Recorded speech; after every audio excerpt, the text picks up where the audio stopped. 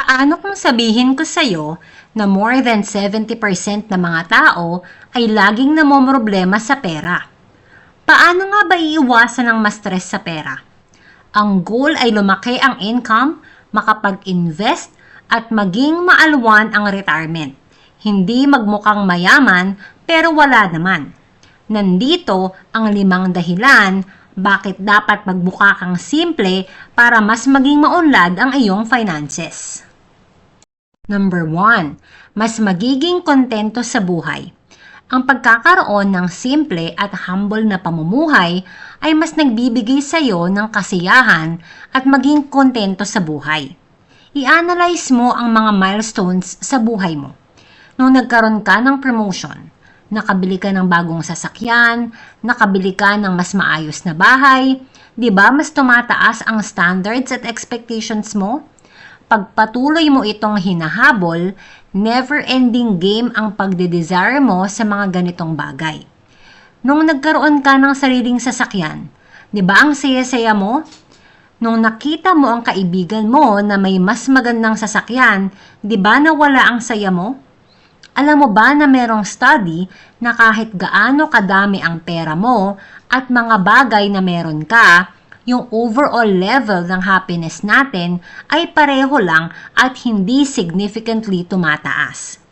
Remember the time nung bumili ka ng mas magandang phone? Ang saya-saya mo dahil ang bilis, ang daming memory at ang ganda ng camera. Pero after some time, mas gusto mo na mas maganda, mas bago.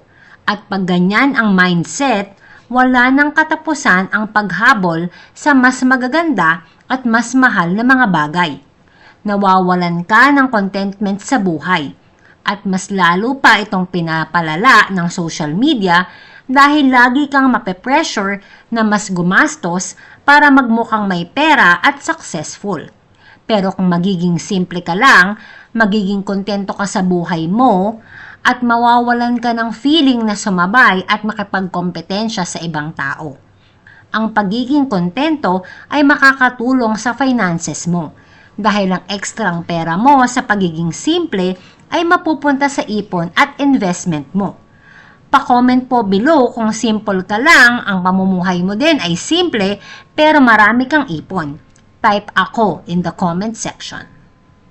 Number 2, mas magiging matipid at maiiwasan ang pagiging materialistic. Kung ikaw ay simple lang at hindi ka nagpapagarbo para mas magmukhang mayaman o successful, mas magiging matipid ka sa lahat ng bagay.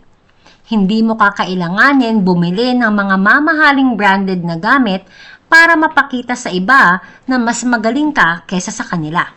Maraming tao ang nagwawaldas ng pera nila para magkaroon ng pinakabagong kotse, pinakabagong iPhone, pinakamahal na rubber shoes, branded na mga damit, etc. para magmukhang importante at mayaman. Pero ang totoo, wala naman laman ang bank account at maaari may mga utang pa. Naku po, marami akong kilalang ganito. For sure kayo din. Mukhang maraming pera pero ang totoo, wala naman talaga. Sa ganitong mindset at habit, sigurado maraming pera ang nasasayang. Pero kung simple ka lang at okay na sa'yo ang mura pero kalidad na damit, matibay na cellphone na hindi kamahalan pero maganda din naman ang quality. Importante na piliin maging simple para hindi mag-aksaya ng pera sa mga bagay na hindi naman importante at hindi makakatulong sa finances mo. Imbes na mag-focus sa pagpapakita sa iba na mukha kang mayaman, maging mayaman ka sa hindi nila nakikita, kagaya ng pag-focus mo sa self-development at financial literacy. Kumpletuhin mo ang emergency funds mo at simulan ang negosyong matagal mo nang pinapangarap. Mag-focus tayo sa pag-earn ng income, pag-invest para maging financially free, at gumastos para sa mga wants natin kung meron tayong sobra. Kung agree ka na sa pagiging simple ay makakatipid ka, pakitype po ang agree in the comment section. Number 3. Sa pagiging simple, makakaalis ka sa survival mode. Ang pagiging simple at pagkakaroon ng simpleng buhay ay mas nagbibigay ng happiness kaysa sa walang tigil mong paghabol sa success pero lagi ka naman walang pahinga at stress sa buhay. Meron ngang mga survey na halos 80% daw ng mga tao ay stress sa pera na nakakaapekto sa overall health nila. Sa panahon ngayon, ang pagmumukhang simple ay importante para ma-maintain mo ang iyong peace of mind at para wag ka maging anxious or depressed pagdating sa pera. Kung kumuha ka ng kotse or bahay na kumakain ng 40% ng sweldo mo, ibig sabihin, hindi mo ma-afford na mawala ng trabaho. Hindi mo din afford tumigil at magpahinga kahit pagod ka na. Kahit hindi ka na masaya sa trabaho mo at araw-araw gusto mo nang mag-resign, hindi mo magagawa sa dami ng bayarin mo dahil meron kang maintain na status or lifestyle. At dahil dyan, masastuck ka sa survival mode. Pag lagi kang nag-a-upgrade, mas lalong tumataas ang mga bayarin mo para ma-maintain mo ang mga bagay na yan.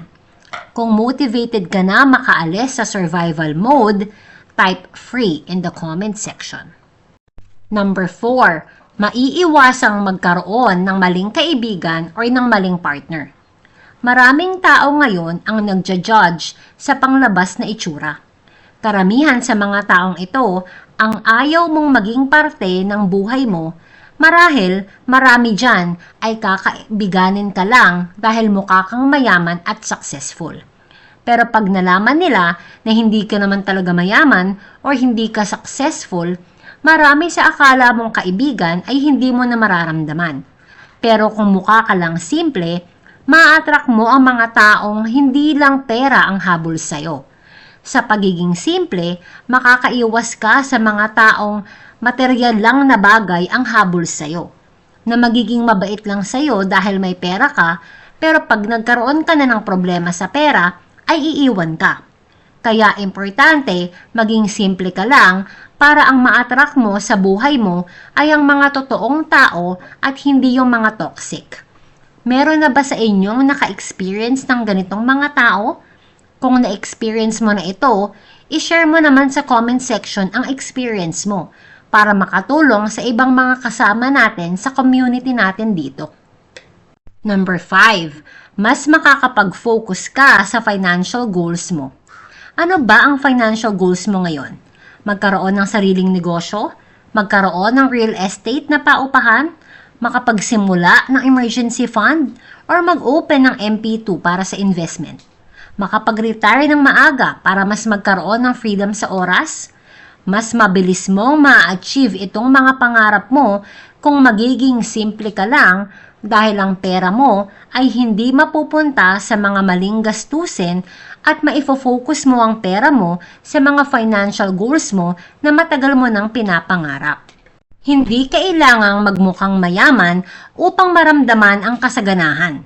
Sa totoo lang, ang pag-aasam ng mga mamahaling bagay ay nagdudulot lamang ng dagdag na gastusin na maaaring maglagay sa atin sa pagkakautang at kahirapan. That's it for today mga kaboss, mga kamama. I hope day by day natutulungan ko kayo to be more intentional with your money para in the future together we can all build generational wealth para sa pamilya natin. Good luck!